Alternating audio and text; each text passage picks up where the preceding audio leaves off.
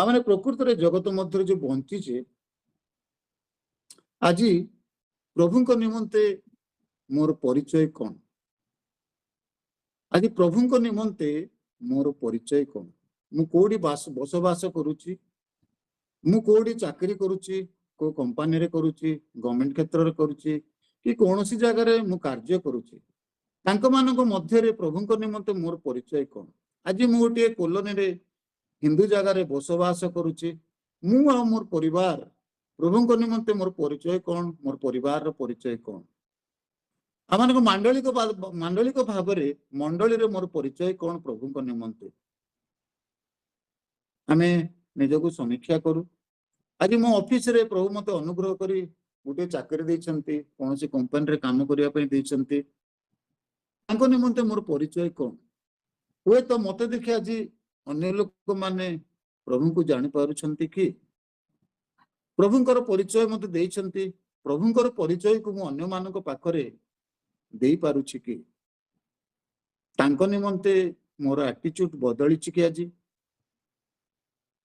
मोर कथबार्ता बदलिछि कि मोर चालीचलन बदलिछि कि मोर भाषा बदलिछि कि ऑफिस रे कार्य करबा समय रे मोर कार्य रे प्रभुंकर निमंते किछि बदलिछि कि जो लोक मानक पाखरे काम कार्य करूछि तांको ठारू किछि मु भिन्नता कि प्रभुंकर निमंते हुए तो आमे बेले बेले प्रभुंकर परिचय पाई थाउ तथापि पळे बेले समय कि असमय रे प्रभु निमंते आमे व्यवहार नहीं था आमे भाबू जे सुसमाचार कार्य कले आमानंगर अनेक लोक आम निकट को आसी जिवे वाक्य प्रचार कले अनेक लोक आम निकट को आसी जिवे जेते बेले जदि आमानकर पूर्व दिन मानकर कथा जदि चिंता करबा आमाने जेते बेले बाहर देशर गोरा साहिब माने जेते बेले इंडिया रे बसवास करथिले खूब कम लोक प्रभुंकर सेवा करुଥିଲେ किंतु तांकर आचरण तांकर व्यवहार तांकर कथबार्ता समस्त विषय देखि अनेक लोक प्रभुंकर निकट को आसुଥିଲେ यदि मु गजपति कथा चिंता करी जोठारे कि आपण माने तो यदि मालकानगिरी मु अवश्य जाई नहीं गजपति रे जुआड़ देखिए आपण माने पहाड़ दिन थिला रास्ता घाट नथिला से माने सुसमाचार प्रचार करने निमंते आसी नथिले किंतु से माने सेवा करिया पे आस्थिले जा फल रे तांकर सेवा तांकर कथबार्ता तांकर समस्त विषय को देखी अनेक लोक प्रभुंकर परिचय को पाइथिले आमानक जीवन रे बेले बेले हुए तो आमे घर सामना रे आमे लिखि देई थाउ ख्रीष्ट ए गृहर कर्ता बेले बेले आमानकर गाड़ी रे भी क्रॉस मारी दे थाउ बेले बेले आमानकर कार भितरे क्रॉस को झुले थाउ प्रकृत रे एहा प्रभु आमानक अंतरे अछंती ना प्रभु को हमें बाहर रखुछ आमे निजको समीक्षा करिबा जे प्रभु मो अंतर तमे अछ कि मो अंतर तमे अछ कि प्रभु जदि अछ मोर कथा भाषा किपरि आछि मोर चाली चलन किपरि मुझे दिने पेट्रोल पंप रे जो तेल पकाउली गोटे ख्रीस्टियन भाई तेल पकेबा आसिले नुआ गाड़ी टे किनी आ से गाड़ी रे सामना रे जीजस लिखाई क्रॉस टी अच्छी आते ता पूर्वर पछरे आ जने थिला तेल पकेया लाइन रे से कौन कला तार किसी अवश्य अर्जेंट काम थिला से आग को आसी तेल पके जो पकई देले से व्यक्ति जनक ता सहित झगड़ा कर झगड़ा कर बाड़ा बाड़ी जो होती शेष जो जीजस लिखाई क्रॉस अच्छे से गोटे पिला आसी ठेंगार से बाड़ी दे से चूरमार हो जाए प्रभु आम निमंते चूरमार हेले किंतु आज आम प्रभु को चूरमार करने बेले बेले चिंता कर मोर प्रिय बंधुगण आम निजक समीक्षा करिए प्रभु तुम्हें मो सहित अन्य मानक ठारे किपरि परिचय पाउछ बाइबल मध्य आम जो जाऊँ बाइबल मध्य जदि आम जीवा मध्य भीतर को जीवा आम बाइबल रे अनेक दास दासी मान अच्छा जिते दाऊद को पलेस्टिय मान विरुद्ध में जिते ଯେତେବେଳେ ଆଉ ସେଦିନ ପଲେଷ୍ଟିୟ ମାନଙ୍କ ବିରୁଦ୍ଧରେ ଯୁଦ୍ଧ କରିବା ନିମନ୍ତେ ଯେତେବେଳେ ସାଉଲ ଖୋଜୁଅଛନ୍ତି, ଆଉ ସେଦିନ ଗଲିଆତ ଚିତ୍କାର କରୁଅଛି, କିଏ ଅଛ ମୋ ବିରୁଦ୍ଧରେ ଯୁଦ୍ଧ କରିବ, ଆସ। ଆଉ ସେତେବେଳେ ସେ ତାଙ୍କର ତାଙ୍କ ପ୍ରଭୁଙ୍କର ମନୋନୀତ ଜାତିକୁ ସେ ତୁଚ୍ଛ କରି ଆଉ ସେ କଣ କରୁଛନ୍ତି, ଡାକୁଅଛି। ଆଉ ଯେତେବେଳେ ଦାଉଦଙ୍କୁ ମନୋନୀତ କରୁଛନ୍ତି ମୋର ପ୍ରିୟ ବନ୍ଧୁଗଣ, ପ୍ରଭୁ ଆଉ ଯେତେବେଳେ ପଲେଷ୍ଟିୟ ମାନଙ୍କ ମଧ୍ୟରେ ପଲେଷ୍ଟିୟ ମାନଙ୍କର ଯେତେବେଳେ ଗଲିଆତକୁ ପରାସ୍ତ କଲା ପରେ ଯେତେବେଳେ ଆସୁଛନ୍ତି, ସେତେବେଳେ ସାଉଲଙ୍କୁ ଆଉ ପଚରା ଯାଉଛି, ସେ ସାଉଲ ପଚାରୁଛନ୍ତି ଅବନରକୁ, ଏ ଭେଣ୍ଡିଆଟି କାହାର ପୁଅ? ପ୍ରକୃତରେ ଆମମାନଙ୍କ ଜୀବନରେ ଆଜି ଅନ୍ୟମାନେ ପଚାରନ୍ତି କି ଇଏ କାହାର ପୁଅ, କେଉଁ ଧର୍ମର ପିଲା? ଆମମାନଙ୍କର ଆଜି ମିଡିଆ ଏପରି କରିଦେଇଛି ଲୋକମାନଙ୍କୁ, ଆଜି ଖ୍ରୀଷ୍ଟିଆନ ହେଲେ ମଧ୍ୟ ଖ୍ରୀଷ୍ଟିଆନିଟି ଆମମାନଙ୍କ ପାଖରେ ବେଳେ ବେଳେ ପହଞ୍ଚି ଯାଇଥାଏ। ମୋ ପ୍ରିୟ ବନ୍ଧୁଗଣ, ଆଜି ଭାଇ ବିରୁଦ୍ଧରେ ଭାଇ, ସ୍ତ୍ରୀ ବିରୁଦ୍ଧରେ ସ୍ୱାମୀ, ସ୍ୱାମୀ ବିରୁଦ୍ଧରେ ସ୍ତ୍ରୀ, ବାପା ବିରୁଦ୍ଧରେ ପୁଅ, ପୁଅ ବିରୁଦ୍ଧରେ ବାପା, ବର୍ତ୍ତମାନ ଖ୍ରୀଷ୍ଟିଆନ ଘରେ ମଧ୍ୟ ଏହା ଚାଲି ରହିଅଛି। ତ ଆମମାନଙ୍କର ପରିଚୟ କି ପ୍ରକାର? ଯଦି ମୁଁ କିଛି ଘଟଣା ଘଟାଇ କେସକୁ ଯାଏ, ଯଦି ଜଜ ପଚାରେ ଆପଣଙ୍କର ଧର୍ମ କଣ, ମୁଁ କିପରି ଜଜ ଆଗରେ ମୁଁ କହିବି ଯେ ମୁଁ ଖ୍ରୀଷ୍ଟିଆନ ବୋଲି? ମୋର ପ୍ରିୟ ବନ୍ଧୁଗଣ, ଆମେ ନିଜକୁ ସମୀକ୍ଷା କରିବା, ପ୍ରଭୁ ତୁମେ ଯେ ମତେ କେତେ ପ୍ରେମ କଲ, ପ୍ରଭୁ ତୁମ ନିମନ୍ତେ ମୋର ପରିଚୟ କଣ? ତୁମ ନିମନ୍ତେ ମୋର ଭିନ୍ନତା କଣ? ବେଳେ ବେଳେ ଆମେ ଭାବୁ ଯେ ସୁସମାଚାର ପ୍ରଚାର କଲେ ଆଉ ବିଜାତି ଭାଇ ମାନେ ଖ୍ରୀଷ୍ଟିଆନ ହେବେ, ପ୍ରଭୁଙ୍କର ପରିଚୟ ପାଇବେ। ଆମମାନଙ୍କର ଚାଲିଚଳନ, କଥାଭାଷା କି ପ୍ରକାର? ଆଜି ପ୍ରଭୁ ମୋର କଥାବାର୍ତ୍ତାରେ, ପ୍ରଭୁ ମୋର କଥାବାର୍ତ୍ତାରେ ବିଜାତି ଭାଇ ଗୋଟେ ତୃପ୍ତି ହଉଛି କି? ମୋର କଲୋନୀରେ ଯଦି ମୁଁ ହିନ୍ଦୁ ଭାଇ ମାନଙ୍କ ମଧ୍ୟରେ କଲୋନୀ ଘରଟିଏ ପାଇଛି, ମୋର ପରିବାର ଆଉ ମୋର ଚାଲିଚଳନ, ମୋର ପରିବାରର ଚାଲିଚଳନ, ମୋର କଥାଭାଷାରେ ସେମାନେ ପ୍ରଭୁଙ୍କୁ ଜାଣିପାରୁଛନ୍ତି କି?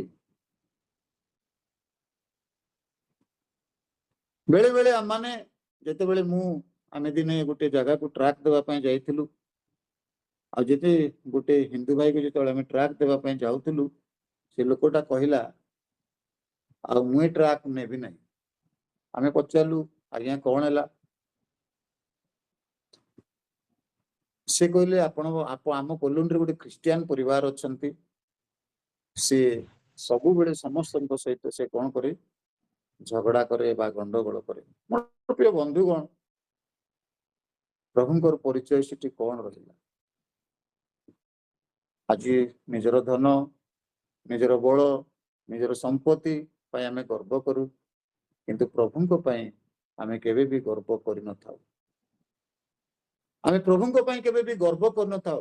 ସେଥିପାଇଁ ଜିରିମିୟ ଭବିଷ୍ୟତ ବକ୍ତା କହିଲେ, ତମର ଧନ ପାଇଁ, ତମର ମାନ ପାଇଁ, ତମର ସମ୍ମାନ ପାଇଁ, ତମ ବଳ ପାଇଁ ତମେ କେବେ ଗର୍ବ କର ନାହିଁ। ଯଦି ମତେ ଜାଣିଅଛ, ବୁଝିଅଛ, ତାହେଲେ ତମେ କଣ କର, ଗର୍ବ କର। ମୋର ପ୍ରିୟ ବନ୍ଧୁଗଣ, ପ୍ରକୃତରେ ଆଜି ମୁଁ କେଉଁଠାରେ? ପ୍ରଭୁଙ୍କ ଠାରୁ ଅନେକ ଦୂରରେ ନା ପ୍ରଭୁଙ୍କ ଠାରେ ପାଖରେ? ସେଦିନ ଯେତେବେଳେ ଆମେ ଦାନିଏଲଙ୍କ ବିଷୟ ଯେତେବେଳେ ଆମେ ଯଦି ଟିକେ ଚିନ୍ତା କରିବା,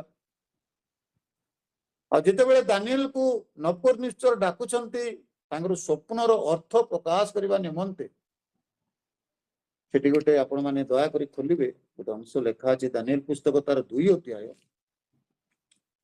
ତାର 27 ପଦରେ ଗୋଟେ ଅଂଶ ଲେଖା ଅଛି, ମୁଁ ପଢିବା ପାଇଁ ଚାହେଁ।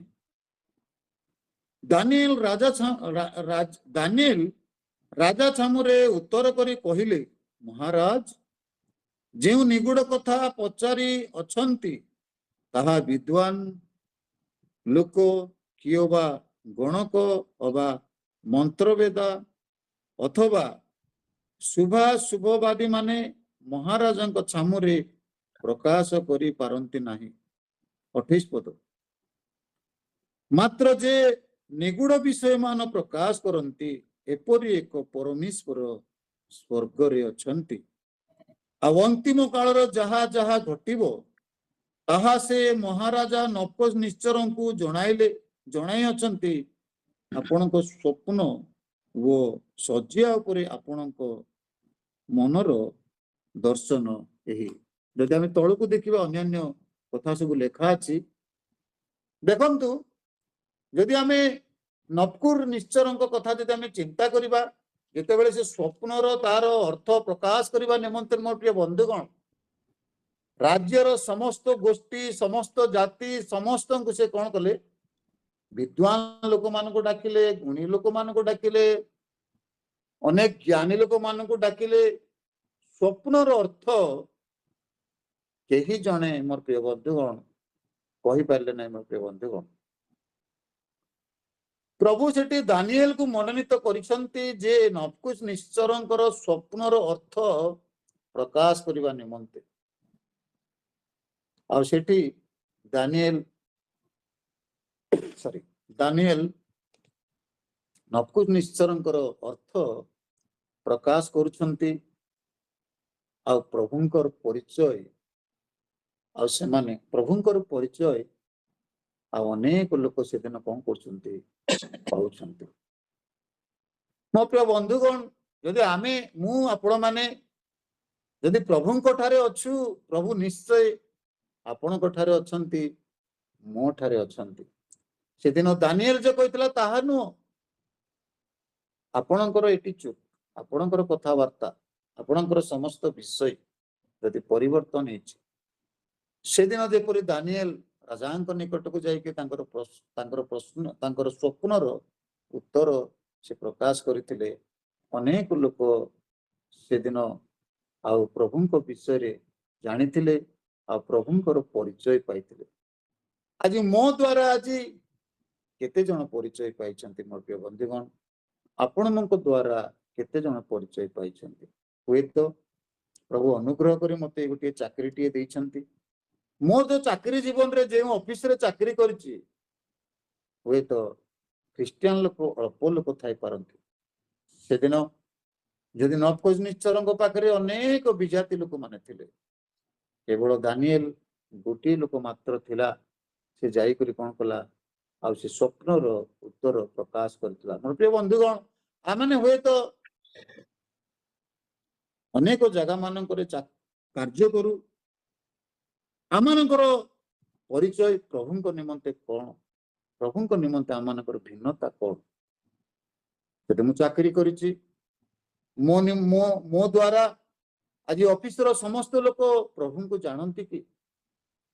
ଯଦି ମୁଁ ସେପରି ବ୍ୟବହାର କରୁଛି, ପ୍ରଭୁ ମୋ ସହିତ ଅଛନ୍ତି, ପ୍ରଭୁ ସହିତ ମୁଁ ଅଛି, ତାହେଲେ ନିଶ୍ଚୟ ଆପଣମାନଙ୍କର ଅଫିସରେ, ଆପଣମାନେ ଯୋଉଠି କାର୍ଯ୍ୟ କରୁଛନ୍ତି, ନିଶ୍ଚୟ ପ୍ରଭୁ ଆଉ କଣ କରିବେ? ଆପଣମାନଙ୍କ ଦ୍ୱାରା ପ୍ରଭୁଙ୍କର ପରିଚୟ ସେମାନେ ପାଇବେ।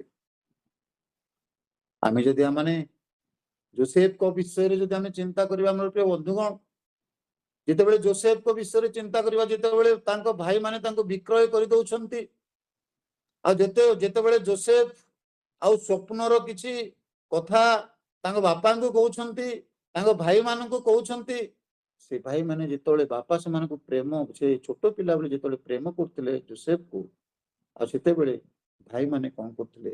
ଈର୍ଷା କରୁଥିଲେ। ଆଜି ଅନେକ ପରିବାରରେ ଏପରି ଈର୍ଷା, ଭେଦଭାବ ଚାଲିଅଛି। ମୋର ପ୍ରିୟ ବନ୍ଧୁଗଣ, ଆମମାନଙ୍କ ଦ୍ୱାରା ପ୍ରଭୁ କେମିତି ପରିଚୟ ପାଇବେ?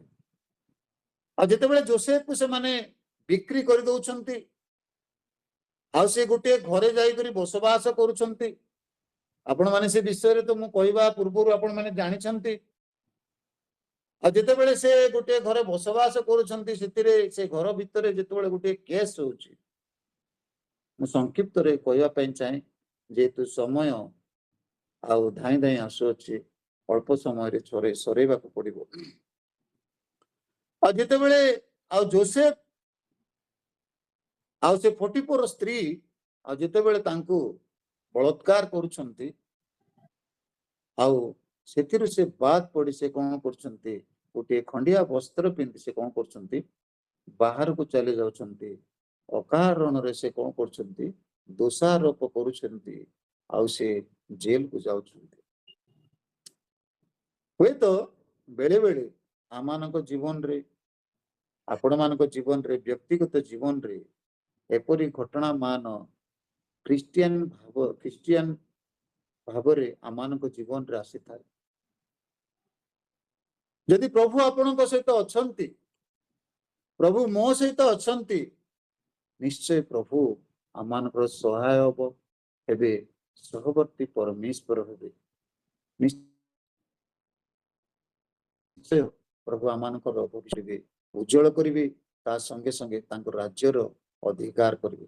ଯେତେବେଳେ ଯୋସେଫର ଏ ଘଟଣା ଘଟୁଅଛି, ସେ ଦୋଷାରୋପ ହଉଛନ୍ତି, ଜେଲକୁ ଯାଉଛନ୍ତି। ଦେଖନ୍ତୁ, ଗୋଟିଏ ମିଛ କେସରେ ସେ କଣ ହଉଛନ୍ତି, ଦୋଷାରୋପ ହଉଛନ୍ତି, ଜେଲକୁ ଯାଉଛନ୍ତି। ପ୍ରଭୁ ତାଙ୍କର ପରିଚୟ ଅନ୍ୟମାନଙ୍କ ନିକଟରେ ଦେବା ନିମନ୍ତେ ସେ ଜଣେ ଜଣେକୁ କଣ କରିଛନ୍ତି, ମନୋନୀତ କରିଛନ୍ତି। ହୁଏତ ପୁରାତନ ପୁସ୍ତକରେ ପ୍ରଭୁ ଅନେକ ଲୋକକୁ ମନୋନୀତ କରିଛନ୍ତି, ଅନେକ କଷ୍ଟ ଦେଇ ସେମାନେ ଯାଇଛନ୍ତି, କିନ୍ତୁ ପ୍ରଭୁଙ୍କର ପାଇଁ ଅନେକ ଲୋକଙ୍କୁ ପରିଚୟ ଦେଇଛନ୍ତି। ଆପଣମାନଙ୍କ ଜୀବନରେ, ମୋ ଜୀବନରେ ହୁଏତ ଏପରି ଅନେକ ସମୟରେ ଆସିଥାଇପାରେ, କିନ୍ତୁ ଆପଣମାନଙ୍କ ଜୀବନରେ, ମୋ ଜୀବନରେ ପ୍ରଭୁ କିଛି ଭିନ୍ନତା ରଖିଅଛନ୍ତି। ମୋ ପ୍ରିୟ ବନ୍ଧୁଗଣ, ଯେତେବେଳେ ଯୋସେଫ ଜେଲକୁ ଯାଉଛନ୍ତି, ଜେଲରେ ଯେଉଁମାନେ ଥିଲେ, ସବୁ ପ୍ରକାଶ କରିବା ପାଇଁ ଚାହେଁ ନାହିଁ, ଯେହେତୁ ଅଳ୍ପ ସମୟ। ଯେତେବେଳେ ରାଜାଙ୍କ ଦୁଇ ଜଣ ଥିଲେ, ତାଙ୍କ ସହିତ ଯେତେବେଳେ ଜେଲରେ ବସବାସ କରୁଥିଲେ, ମୋର ପ୍ରିୟ ବନ୍ଧୁଗଣ, ସେତେବେଳେ ସେମାନଙ୍କ ରିଲିଜ ବିଷୟରେ ମଧ୍ୟ ଯୋସେଫ କହିଥିଲେ। ଗୋଟିଏ କଥା କହିଥିଲେ, ଯେତେବେଳେ ସେ ରିଲିଜ ହେଲେ, ସେ ଯେତେବେଳେ ରାଜାଙ୍କ ନିକଟକୁ ଯିବେ, ସେ କଣ କଲେ, ମୁହଁର କଥା ଟିକେ ତୁମେ କଣ କରିବ, ସ୍ମରଣରେ ଆଣିବ। ସେଦିନ ଯୋସେଫ ସେ ବ୍ୟକ୍ତିକୁ କହିଥିଲେ, ଯେତେବେଳେ ତୁମେ ରାଜାଙ୍କ ନିକଟକୁ ଯିବ, ମୋର କଥା ଟିକେ ସ୍ମରଣରେ ଆଣିବ। ହୁଏତ ବେଳେ ବେଳେ ଆମମାନେ ପ୍ରଭୁ ଆମମାନଙ୍କୁ ସ୍ମରଣରେ ଆଣନ୍ତି, ବେଳେ ବେଳେ ଆମେ କଣ କରିଥାଉ, ତାଙ୍କର ସ୍ମରଣ ଆଣିବା ବେଳେ ଆମେ ଭୁଲି ଯାଇଥାଉ। ଯେତେବେଳେ ହୁଏତ ସେ ରାଜା ଯେତେବେଳେ ଗୋଟିଏ ସ୍ୱପ୍ନ ଦେଖୁଛନ୍ତି, ପୁଣି ଥରେ ସେ ବ୍ୟକ୍ତି ଜଣକ ଯୋସେଫର କଥା ମନେ ପଡୁଛି। ଯୋସେଫ ତାଙ୍କୁ ଯାହା କହିଥିଲା, ସେ ଅନୁସାରେ ସମସ୍ତ ବିଷୟ ଘଟିଥିଲା। ମୋର ପ୍ରିୟ ବନ୍ଧୁଗଣ, ଯୋସେଫକୁ ପୁଣି ରାଜାଙ୍କ ନିକଟକୁ ନିଆଯାଉଛି। ମୋର ପ୍ରିୟ ବନ୍ଧୁଗଣ, ଆପଣ ଆଦି ପୁସ୍ତକ ତାର 41-38 ପଦ ମଧ୍ୟରେ ଯଦି ଦେଖିବେ, ଏ ଘଟଣା ମାନ ଲେଖା ଯାଇଛି। 38 ଏପରି ଲେଖା ଅଛି, ତହିଁରେ ଫାରୋ ଆପଣା ଦାସ ମାନଙ୍କୁ କହିଲେ, ଆମ୍ଭେ ମାନେ କି ଏହାଙ୍କ ପରି ପୁରୁଷ ଆଉ ପାଇପାରିବା? ଏହାଙ୍କ ଠାରେ ପରମେଶ୍ୱରଙ୍କର ଆତ୍ମା ଅଛନ୍ତି। Hallelujah, hallelujah. ଯେତେବେଳେ ପରମେଶ୍ୱରଙ୍କର ପରିଚୟ ଯୋସେଫ ରାଜାଙ୍କ ନିକଟରେ ଦଉଛନ୍ତି, ମୋର ପ୍ରିୟ ବନ୍ଧୁଗଣ, ସେଥିରେ ରାଜା କହୁଛନ୍ତି, ତହିଁରେ ଫାରୋ ଆପଣା ଦାସ ମାନଙ୍କୁ କହିଲେ, ଆମ୍ଭେ ମାନେ କି ଏହାଙ୍କ ପରି ପୁରୁଷ ଆଉ ପାଇପାରିବା? ତାହାଙ୍କ ଠାରେ ପରମେଶ୍ୱରଙ୍କର ଆତ୍ମା ଅଛନ୍ତି। କି ପ୍ରକାର ସୁନ୍ଦର କଥା, ମୋର ପ୍ରିୟ ବନ୍ଧୁଗଣ। ରାଜା ତାଙ୍କର ଦାସ ମାନଙ୍କୁ परमेश्वरଙ୍କର परिचय जोसेफଙ୍କ द्वारा ଦଉଛନ୍ତି ମୋ ପ୍ରିୟ ବନ୍ଧୁଗଣ। 39 ରେ ଲେଖା ହେଲା,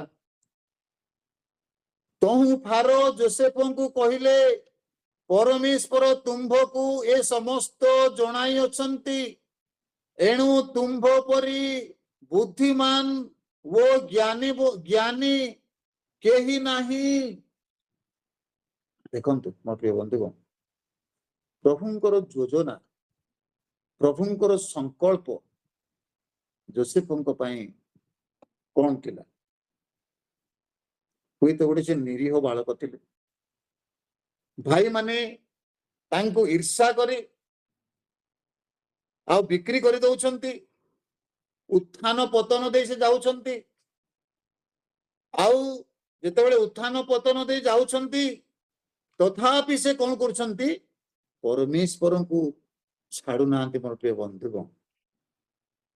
ପରମେଶ୍ୱର ତାଙ୍କ ସହିତ ଅଛନ୍ତି, ସେ ତାଙ୍କ ପରମେଶ୍ୱରଙ୍କ ସହିତ ଅଛନ୍ତି, ପରମେଶ୍ୱର ତାଙ୍କ ସହିତ ଅଛନ୍ତି।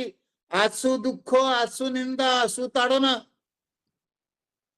ଯଦି ସେ ବ୍ୟକ୍ତି ସେ ଆଉ ସେ ଯେତେବେଳେ ସେ ସ୍ତ୍ରୀ ଲୋକଟା ଯେତେବେଳେ ଯୋଉ ଭଳିଆ ପରିସ୍ଥିତି କରି ତାଙ୍କୁ ଦାଣ୍ଡରେ ବାହାର କରି ତାର ଇଜ୍ଜତ ମୁଁ ଯେତେବେଳେ ନେଲେ, ଯଦି ଆପଣ ମାନେ କି ମୁଁ ସେ ସ୍ଥାନରେ ଥାନ୍ତେ, ଆପଣ ମାନେ କଣ କରିଥାନ୍ତେ?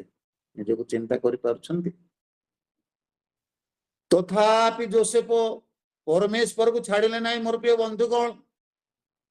ଅନେକ ଦୁଃଖ, ଅନେକ ନିନ୍ଦା, ଅନେକ ତାଡନା ଆସିଲେ ସୁଦ୍ଧା ଶେଷରେ ସେ କଣ କଲେ? କିଛି ଦୋଷ ନଥାଇ ମଧ୍ୟ ସେ କଣ କଲେ? ଜେଲକୁ ଗଲେ। ଏହା ପ୍ରଭୁଙ୍କର ଯୋଜନା ଥାଏ। ଆଜି ଅନେକ ଲୋକ ଆଜି ସୋସିଆଲ ମିଡିଆରେ, ବ୍ଲୁଟୁଥ ରେ ଆଉ କଣ କଣ ଅଛି ମୁଁ ଜାଣେ ନାହିଁ ମୋର ପ୍ରିୟ ବନ୍ଧୁଗଣ। ଆଜି ଏପରି ଦିନ ଆସିଅଛି, ସ୍ୱାମୀ ଛାଡି ସ୍ତ୍ରୀ, ସ୍ତ୍ରୀ ଛାଡି ସ୍ୱାମୀ, ଆଉ ପୁଅ ଛାଡି ଝିଅ, ଝିଅ ଛାଡି ପୁଅ ବର୍ତ୍ତମାନ ଚାଲିଅଛି ବର୍ତ୍ତମାନ ପରିସ୍ଥିତିରେ। ଯୋସେଫ ପରି ଆମମାନଙ୍କର ମଣ୍ଡଳୀର ପୁଅ ହେଇଥାନ୍ତା, ଯଦି ଆପଣ ମାନଙ୍କର ମଣ୍ଡଳୀର ଯଦି ପୁଅ ହେଇଥାନ୍ତା, ଯଦି ସେ ମହିଳା ଜନକ ସେପରି କରିଥିଲେ, ସେ କଣ କରିଥାନ୍ତେ? କିନ୍ତୁ ଯୋସେଫଙ୍କ ଠାରେ ପରମେଶ୍ୱରଙ୍କର ଆତ୍ମା ବାସ କରୁଥିଲା। ପରମେଶ୍ୱର ତାଙ୍କ ଠାରେ ଥିଲେ, ଯୋସେଫ ପରମେଶ୍ୱରଙ୍କ ଠାରେ ଥିଲେ। ହୁଏତ ବେଳେ ବେଳେ ଆମମାନଙ୍କ ଜୀବନରେ ପରି ଅନେକ ଘଟଣା ଘଟିଥାଏ। ଆମେ ଆଗକୁ ବଢି ନଥାଉ, ଆମେ ପଛକୁ ଦେଖିଥାଉ। ଯେତେବେଳେ ଇସ୍ରାଏଲ ଲୋକମାନଙ୍କୁ ଯେତେବେଳେ ସୁପସାଗରକୁ ଯେତେବେଳେ ନିଆଗଲା, ଆଉ ସେତେବେଳେ ସେମାନେ ଅଗାଧ ସମୁଦ୍ରକୁ ଦେଖି ଆଉ ମୋସାଙ୍କୁ କହୁଛନ୍ତି, ଆମ୍ଭଙ୍କୁ କିଏ ଏଇ ପ୍ରାନ୍ତରରେ ମାରିବାକୁ ତୁମେ ଆଣିଅଛ? ମୋସା ସେଠି ତାଙ୍କ ଲୋକମାନଙ୍କୁ କହୁଛନ୍ତି, ପ୍ରଭୁ କି ପ୍ରକାର ତୁମ୍ଭ ମାନଙ୍କୁ ଆଜି ସାହାଯ୍ୟ କରିବେ, ଆଜି ତୁମେ ସ୍ୱଚକ୍ଷୁରେ କଣ କରିବ? ଦେଖିବ। ସେମାନଙ୍କୁ ପ୍ରଭୁ 400 ବର୍ଷ ଦାସତ୍ୱ ଅବସ୍ଥାରେ ଥିଲେ। ଅନେକ ଦିନ ପରେ ପ୍ରଭୁ ତାଙ୍କୁ ଆଉ ପୁଣି ସ୍ମରଣରେ ଆଣିଲେ। ମୋସାଙ୍କ ଦ୍ୱାରା ଆଉ ମିସ୍ରରୁ ସେମାନେ ଦୁଗ୍ଧ ପ୍ରବାହୀ ଦେଶକୁ ଯେତେବେଳେ ନେବା ପାଇଁ ଆଉ ମନୋନୀତ କଲେ ମୋର ପ୍ରିୟ ବନ୍ଧୁଗଣ, ସେମାନେ ଯାଉ ଯାଉ ଅନେକ ଆଶ୍ଚର୍ଯ୍ୟ କର୍ମ ଦେଖିଲେ ସୁଦ୍ଧା ସେମାନେ କଣ କରୁଥିଲେ? ପଛ କଥା ଚିନ୍ତା କରୁଥିଲେ। ଆମେ ମିସ୍ରରେ ମାଂସ ଖାଉଥିଲୁ, ଆମେ ମିସ୍ରରେ ଏମିତି ଥିଲୁ, ଆମେ ମିସ୍ରରେ ସେମିତି ଥିଲୁ। ବେଳେ ବେଳେ ଆମମାନଙ୍କ ଜୀବନରେ ମଧ୍ୟ କିଛି ଘଟଣା ମାନ ଘଟିଲେ ଆମେ ପଛ କଥା ଚିନ୍ତା କରିଥାଉ ମୋ ପ୍ରିୟ ବନ୍ଧୁ। ଯୋସେଫଙ୍କ ବିଷୟରେ ଆମେ ଯେତେବେଳେ ଚିନ୍ତା କରୁ ମୋର ପ୍ରିୟ ବନ୍ଧୁଗଣ, ଆସୁ ଦୁଃଖ, ଆସୁ ନିନ୍ଦା, ଆସୁ ତାଡନା, ସେ କଣ କଲେ? ପ୍ରଭୁଙ୍କ ନିମନ୍ତେ ଆଗକୁ ବଢିଲେ। ପ୍ରଭୁ ମୋ ଦ୍ୱାରା ଯେପରି ଅନେକ ଲୋକ ପ୍ରଭୁଙ୍କର ପରିଚୟ ପାଇବେ। ଆସନ୍ତୁ ଆମମାନେ ସେଇ 40 ପଦ ଆମମାନେ ପଢିବା। 41 ର 40 ପଦ। ତୁମ୍ଭେ ଆମ୍ଭର ଗୃହାଧ୍ୟକ୍ଷ ହୁଅ, ଆମ୍ଭର ସମସ୍ତ ପ୍ରଜା ତୁମ୍ଭର ବାକ୍ୟ ଶିରୋଧାର୍ଯ୍ୟ କରିବେ କରିବେ କରିବେ କରିବା ବେଳେ ସିଂହାସନରେ ଆମ୍ଭେ ତୁମ୍ଭ ଠାରୁ ବଡ଼ ହେବା। 41 ଲେଖା ଅଛି, ଫାରୋ ଯୋସେଫଙ୍କୁ ଆହୁରି କହିଲେ, ଦେଖ ଆମ୍ଭେ ତୁମ୍ଭକୁ ସମୁଦାୟ ମିଶ୍ର ଦେଶ ଉପରେ ନିଯୁକ୍ତ କଲୁ। ମୋ ପ୍ରିୟ ବନ୍ଧୁଗଣ, ଯଦି ଯୋସେଫର ତାର ଯଦି ପ୍ରାରମ୍ଭରୁ ଶେଷ ପର୍ଯ୍ୟନ୍ତ ଯଦି ଆମେ ଚିନ୍ତା କରିବା, ହୁଏତ ମୋ ଜୀବନରେ ଆପଣ ମାନଙ୍କ ଜୀବନରେ ଯଦି ଏପରି ଦୁଃଖ, ଏପରି କଷ୍ଟ, ଏପରି ନିନ୍ଦା ଆସିଥାଏ, ଆମେ ପ୍ରଭୁଙ୍କ ପାଇଁ ନିଜର ପରିଚୟ ଦେଇଥାନ୍ତେ କି? ପ୍ରଭୁଙ୍କ ପାଇଁ ନିଜର ପରିଚୟ ଦେଇଥାନ୍ତେ କି? ମୋ ଦ୍ୱାରା ଆଜି ଅନେକ ଲୋକ ପ୍ରଭୁଙ୍କୁ ଜାଣିବେ, ଏହା ମାନଙ୍କର ଧୈର୍ଯ୍ୟର ସହ ଆଗକୁ ବଢିଥାନ୍ତେ କି? କିନ୍ତୁ ଯୋସେଫ କେବେ ବି ସେ କଣ କଲେ ନାହିଁ, ପଛଘୁଞ୍ଚା ହେଲେ ନାହିଁ। ଆସୁ ଦୁଃଖ, ଆସୁ ଅପମାନ, ଆସୁ ନିନ୍ଦା, ଆସୁ ତାଡ଼ନା। ବର୍ତ୍ତମାନ ଭାରତ ବର୍ଷରେ ଅନେକ ଜାଗାରେ ଆଜି ପ୍ରାର୍ଥନା କରି ଆସୁଥିଲୁ ଆମେ, କେବଳ କେରଳ ଆଉ ଆମର ତାମିଲନାଡୁରେ ଆସିଲା କଂଗ୍ରେସ, ଅନେକ ଜାଗାରେ ବିଜେପି ଜୟ କରିଛନ୍ତି। ଆଜି ଆରଏସଏସ ବିଜେପି ମିଳିତ ଭାବରେ ଆମ ଭାରତର ଏହା ଏକ ଧର୍ମ ନିରପେକ୍ଷ ରାଷ୍ଟ୍ର, ଏହାକୁ ସେମାନେ ପରିବର୍ତ୍ତନ କରିବା ନିମନ୍ତେ କିଛି ଏଜେଣ୍ଡା ଚେଞ୍ଜ କରିବା ପାଇଁ ଯାଉଛନ୍ତି। ମୋର ପ୍ରିୟ ବନ୍ଧୁଗଣ, ଏହା ଏକ ଧର୍ମ ନିରପେକ୍ଷ ରାଷ୍ଟ୍ର ନ ରଖି ସେ ସ୍ଥାନରେ ଏହା ଏକ ହିନ୍ଦୁ ଦେଶ କରିବା ପାଇଁ ଯାଉଛନ୍ତି। ଆଗକୁ ପୁଣି ପ୍ରାର୍ଥନା କରୁଥିଲେ ବାକ୍ୟର ଦୁର୍ଭିକ୍ଷ ହବ। ନିଜକୁ ଆମେ ଚିନ୍ତା କରୁ କି ପ୍ରଭୁ ଆଗାମୀ ଦିନ ମାନଙ୍କରେ ଯେଉଁ ସବୁ ଘଟଣା ମାନ ଘଟିବାକୁ ଯାଉଅଛି, ଏହା ଯେ ତୁମର ଆଗମନର ସଂକେତ ପ୍ରିୟ ପ୍ରଭୁ। ଦେଶ ବିରୁଦ୍ଧରେ ଦେଶ, ରାଜ୍ୟ ବିରୁଦ୍ଧରେ ରାଜ୍ୟ, ଯେଉଁ ଯୁଦ୍ଧର ବାତାବରଣ ବାଇବଲରେ ଏହା ସବୁ ଲେଖା ଅଛି, ପ୍ରଭୁଙ୍କ ଆଗମନ ପୂର୍ବରୁ ଏହା ସବୁ ଘଟିବ। ମୋର ପ୍ରିୟ ବନ୍ଧୁଗଣ, ଆମେ ବେଳେ ବେଳେ ଭାବୁ ଏପରି ଚାଲିଥିବ, ଆମେ ନାକୁ ପ୍ରାର୍ଥନା କରୁଥିବା, ନାକୁ ବାଇବଲ ପଢୁଥିବା, ନାକୁ ଗିର୍ଜା ଯାଉଥିବ। ଏହା ନୁହେଁ ପ୍ରିୟ ବନ୍ଧୁଗଣ। ଯଦି ଆନ୍ତରିକ ଭାବରେ, ଯଦି ଆତ୍ମିକ ଭାବରେ ଆମେ ନିଜକୁ ତ୍ରାଣକର୍ତ୍ତା ରୂପ ପ୍ରଭୁଙ୍କୁ ଯଦି ଗ୍ରହଣ କରିନାହୁଁ, ଯଦି ଯୋସେଫଙ୍କ ପରିସ୍ଥିତି ପରି ଯଦି ମୋ ଜୀବନରେ ଆପଣ ମାନଙ୍କ ଜୀବନ ଯଦି ଆସେ, କଣ କରିବ? ଏହା ଆସୁଅଛି ମୋର ପ୍ରିୟ ବନ୍ଧୁଗଣ, ଅତି ଅଳ୍ପ ଦିନରେ ଏହା ପହଞ୍ଚିବ ଆପଣ ମାନଙ୍କ ସମ୍ମୁଖରେ ଆଉ ମୋ ସମ୍ମୁଖରେ। କିନ୍ତୁ ତାଙ୍କ ନିମନ୍ତେ ଆମେ ପ୍ରସ୍ତୁତ କି? ତାଙ୍କ ରାଜ୍ୟ ନିମନ୍ତେ ଆମେ ପ୍ରସ୍ତୁତ କି? ଆଜି ମୋର ପ୍ରଭୁଙ୍କ ନିମନ୍ତେ ମୋର ଜୀବନ ବଦଳିଛି କି? ମୋର କଥାବାର୍ତ୍ତା ବଦଳିଛି କି? ମୋର ଚାଲିଚଳନ ବଦଳିଛି କି? ଆଜି ମୁଁ ପ୍ରାର୍ଥନା କରୁଛି କେବଳ ପାଟିରେ ନା ଅନ୍ତରରେ? ଆଜି ମୁଁ ଗୀତ ଗାଉଛି କେବଳ ପାଟିରେ ନା ଅନ୍ତରରେ? ଆଜି ମୁଁ ବାକ୍ୟ ଶୁଣୁଛି, ଗୋଟିଏ କର୍ଣ୍ଣରେ ଶୁଣୁଛି, ଆଉ ଗୋଟିଏ କର୍ଣ୍ଣରେ ଛାଡୁଛି, ନା ହୃଦୟ ରୂପ ମନ୍ଦିରରେ ମୁଁ ସଞ୍ଚୟ କରୁଛି? ନିଜକୁ ଆମେ ସମୀକ୍ଷା କରୁ କି? କାଳ ମନ୍ଦ ଅଟେ ମୋର ପ୍ରିୟ ବନ୍ଧୁଗଣ। ଯୋସେଫଙ୍କ ଜୀବନରେ, ଦାନିଏଲଙ୍କ ଜୀବନରେ, ଶୈଦ୍ରକ ମେଷକ ଅବେଦନଙ୍କ ଜୀବନରେ, ବାଇବଲରେ ଅନେକ ଲୋକ ଜୀବନରେ ଏପରି ଅନେକ ଘଟଣା ଘଟି ଆସିଅଛି, ତଥାପି ସେମାନେ ପରମେଶ୍ୱରଙ୍କୁ ଅସ୍ୱୀକାର କରିନାହାନ୍ତି। ମୋ ପ୍ରିୟ ବନ୍ଧୁଗଣ, ଯଦି ଆପଣ ମାନେ କି ମୁଁ ଅସ୍ୱୀକାର କରୁ, ଦିନ ଆସିବ ଯୋଉଠି ଆପଣ ଅସ୍ୱୀକାର କରିଛନ୍ତି, ସେଦିନ କାନ୍ଥ ବାଡି ହଉ, ନିଜେ ଆପଣଙ୍କର ସାକ୍ଷ୍ୟ, ମୋର ସାକ୍ଷୀ ପ୍ରଭୁଙ୍କୁ ଦେବେ। ଭିତର ଭାବିଥିଲା ଯେ ଆଉ ମୁଁ ଅସ୍ୱୀକାର କରିବି, କେହି ଜାଣିବେ ନାହିଁ। ସେଥିପାଇଁ ପ୍ରଭୁ ଜାଣିକରି ସେଦିନ କଣ କରିଥିଲେ, ଗୋଟେ କୁକୁଡ଼ାକୁ ମନୋନୀତ କରିଥିଲେ ମୋର ପ୍ରିୟ ବନ୍ଧୁ। ଆପଣ ମାନଙ୍କ ନିମନ୍ତେ ମୋ ନିମନ୍ତେ ଅନେକ ଜୀବଜନ୍ତୁକୁ ମନୋନୀତ କରିଛନ୍ତି ପରମେଶ୍ୱର। ଯଦି ଆମମାନେ ଯଦି ଅସ୍ୱୀକାର କରିବା କି କରୁଛୁ, ପିତର ଯେତେବେଳେ ଅସ୍ୱୀକାର କରିଥିଲା 3 ଥର କୁକୁଡ଼ା ଡାକିଥିଲା, ଆମମାନଙ୍କ ନିମନ୍ତେ ମଧ୍ୟ ଅନେକ ଲୋକ ଡାକି ସାକ୍ଷ୍ୟ ଦେବା ପାଇଁ କଣ କରୁଛନ୍ତି ଅଛନ୍ତି ମୋର ପ୍ରିୟ ବନ୍ଧୁଗଣ। ଆମେ ନିଜକୁ ସମୀକ୍ଷା କରୁ, ପ୍ରଭୁ ମୁଁ ତୁମ ନିମନ୍ତେ ବ୍ୟବହାର ହଉଛି କି? ମୋର ଅନ୍ତରକୁ ତୁମେ ବଦଳାଇ ଦିଅ ପ୍ରଭୁ, ମୋର ଜୀବନକୁ ତୁମେ ବଦଳାଇ ଦିଅ, ମୋର କଥାବାର୍ତ୍ତାକୁ ତୁମେ ବଦଳାଇ ଦିଅ। ଯଦି ମୁଁ ତାହାକୁ କାହାକୁ ଯଦି କ୍ଷମା ନ ଦେଇ ତୁମ ନିକଟରେ ଯଦି ପ୍ରାର୍ଥନା କରୁଅଛି, ମତେ ଏପରି ତୁମେ କଥା କୁହ ତାଙ୍କୁ କ୍ଷମା ଦେବି, ପୁଣି ଆସି ପ୍ରାର୍ଥନା କରିବି। ଯଦି ଆମେ କ୍ଷମା ଦେଇନାହୁଁ, ଯଦି ଆମେ ପ୍ରାର୍ଥନା କରୁଅଛୁ, ଆମର ପ୍ରାର୍ଥନା ସେ ଛାତ ତଳେ ମୋର ପ୍ରିୟ ବନ୍ଧୁଗଣ। ଯଦି କର୍ଣ୍ଣିଲିୟଙ୍କ କଥା ଯଦି ଆମେ ଚିନ୍ତା କରିବା, ହୁଏତ ଗୋଟେ ଶତ ସେନାପତି, ସେ ପ୍ରଭୁଙ୍କର ଲୋକମାନଙ୍କୁ ଦାନ ଦଉଥିଲେ, ସେ ଗୋଟେ ଭକ୍ତ ଥିଲେ, ସହ ପରିବାର ପ୍ରଭୁଙ୍କ ନିକଟରେ ଥିଲେ, ପ୍ରଭୁଙ୍କ ସହିତ ଥିଲେ, ତା ପାଖରେ କଣ ନଥିଲା? ଗର୍ବ ଅହଙ୍କାର ନଥିଲା ମୋର ପ୍ରିୟ ବନ୍ଧୁଗଣ। ତାଙ୍କର ପ୍ରାର୍ଥନା ଉତ୍ତରରେ ଯାଇଥିଲା, ପ୍ରଭୁ ତାଙ୍କର ପ୍ରାର୍ଥନା ଶୁଣିଥିଲେ। ଆଜି ମୋର ପ୍ରାର୍ଥନା, ଆପଣ ମାନଙ୍କର ପ୍ରାର୍ଥନା ଛାତ ତଳେ ନୁହଁ ତ?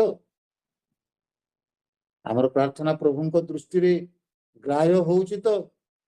ନା ଆମେ ଏପରି ପ୍ରାର୍ଥନା କରୁଛୁ, କରଗ୍ରାହୀ ସେଦିନ ପ୍ରାର୍ଥନା କଲେ ତାହାରି ପରିଶୁଦ୍ଧା ମୁଁ ନୁହେଁ। କିନ୍ତୁ କରଗ୍ରାହୀ ଫାରସୀ ଠାରୁ ଧନୀ ବ୍ୟକ୍ତି ଥିଲେ ମୋର ପ୍ରିୟ ବନ୍ଧୁଗଣ। ଫାରସୀ ଠାରୁ କରଗ୍ରାହୀ ଧନୀ ବ୍ୟକ୍ତି ଥିଲେ, କର ଆଦାୟ ଥିଲା, ତାଙ୍କର ପେଶା ଥିଲା କର ଆଦାୟ କରିବା। କିନ୍ତୁ ସେ ନିଜକୁ ନତ କଲେ, ପ୍ରଭୁଙ୍କ ନିକଟକୁ ଯିବା ପାଇଁ ସେ କଣ କଲେ? ସାହସ କଲେ ନାହିଁ ମୋ ପ୍ରିୟ ବନ୍ଧୁଗଣ। ସେଦିନ ତାଙ୍କର ପ୍ରାର୍ଥନା ପ୍ରଭୁ ଶୁଣିଥିଲେ। ଆଜି ମୋର ପ୍ରାର୍ଥନା ପ୍ରଭୁ ଶୁଣୁଛନ୍ତି କି? ଆପଣ ମାନଙ୍କର ପ୍ରାର୍ଥନା ଶୁଣୁଛନ୍ତି କି? ନିଜକୁ ଆମେ ସମୀକ୍ଷା କରୁ, ପ୍ରଭୁ ତୁମେ ମୋର ପ୍ରାର୍ଥନା ଶୁଣୁଅଛ କି? ମୋର ପରିବାରର ପ୍ରାର୍ଥନା ତୁମେ ଶୁଣୁଅଛ କି ପ୍ରଭୁ? ମୋର ମଣ୍ଡଳୀର ପ୍ରାର୍ଥନା ତୁମେ ଶୁଣୁଅଛ କି ପ୍ରଭୁ? ପ୍ରଭୁ ମୁଁ ଯଦି ତୁମ ନିମନ୍ତେ ଯଦି ବ୍ୟବହାର ହେଇନାହିଁ, ପ୍ରଭୁ ମୋର ତୁମ ନିମନ୍ତେ ଯଦି ମୋର ଆଉ ଚାଲିଚଳନ କଥା ଭାଷା ବଦଳି ନାହିଁ, ପ୍ରଭୁ ତୁମେ ଆଜି ମତେ ବଦଳାଇ ଦିଅ ପ୍ରଭୁ, ଯେପରି ଅନ୍ୟମାନେ ଦେଖି ତୁମକୁ ଜାଣିବାକୁ ପାରିବେ, ଏପରି ମତେ କହ ପ୍ରଭୁ। ସେଦିନ ଯେପରି ପିତର ଆଉ ଯେତେବେଳେ 3 ଥର ଅସ୍ୱୀକାର କଲା ପରେ ଯେତେବେଳେ କୁକୁଡ଼ା ଡାକିଲା, ସେତେବେଳେ ପରମେଶ୍ୱରଙ୍କର କଥା, ସଦା ପ୍ରଭୁ ଯୀଶୁ ଖ୍ରୀଷ୍ଟଙ୍କର କଥା ସ୍ମରଣରେ ଆସିଲା ମୋର ପ୍ରିୟ ବନ୍ଧୁଗଣ। ଚିତ୍କାର କରି ସେ କଣ କଲା? ରୋଦନ କଲା। ନିଜର ଭୁଲକୁ ସେ ଜାଣିପାରିଲା। ପରବର୍ତ୍ତୀ ସମୟରେ ଯେତେବେଳେ ଆଉ ତାଙ୍କୁ ଶତ୍ରୁ ମାନେ ଧରୁଛନ୍ତି, ମୋର ପ୍ରଭୁକୁ ତୁମେ କଣ କରିଥିଲ? ହାତ ଉପର କରି, ମୁଣ୍ଡ ଉପର କରି ତୁମେ କଣ କରିଥିଲ? ଆଘାତ କରିଥିଲ। ମତେ ତୁମେ କଣ କର? ମୋର ମୁଣ୍ଡ ତଳକୁ କରି ତୁମେ କଣ କର? ଆଘାତ କର। ଆମମାନଙ୍କ ଜୀବନରେ ଏପରି ସାକ୍ଷ୍ୟ ଆସୁ କି? ହୁଏତ ଜଣାତରେ ଅଜଣାତରେ କିଛି ପ୍ରଭୁ ତୁମ ବିରୁଦ୍ଧରେ କିଛି ଭୁଲ କରିଅଛି, ମିଥ୍ୟା କଥା କହିଦେଇଅଛି, ତୁମକୁ ଅସ୍ୱୀକାର କରିଅଛି। ପ୍ରଭୁ ମୋ ନିମନ୍ତେ ତୁମେ ଅଗୌରବ ପାଇଅଛ। ଅନେକ ଲୋକ ଯେପରି ମୋ ନିମନ୍ତେ ତୁମେ ଗୌରବ ପାଇବ, ମୋ ନିମନ୍ତେ ଅନେକ ଲୋକ ତୁମର ପରିଚୟ ପାଇବେ, ପ୍ରଭୁ ସେପରି ମତେ ତୁମେ ଗଢ଼ ବୋଲି ଆମେ ପ୍ରାର୍ଥନା କରୁ କି?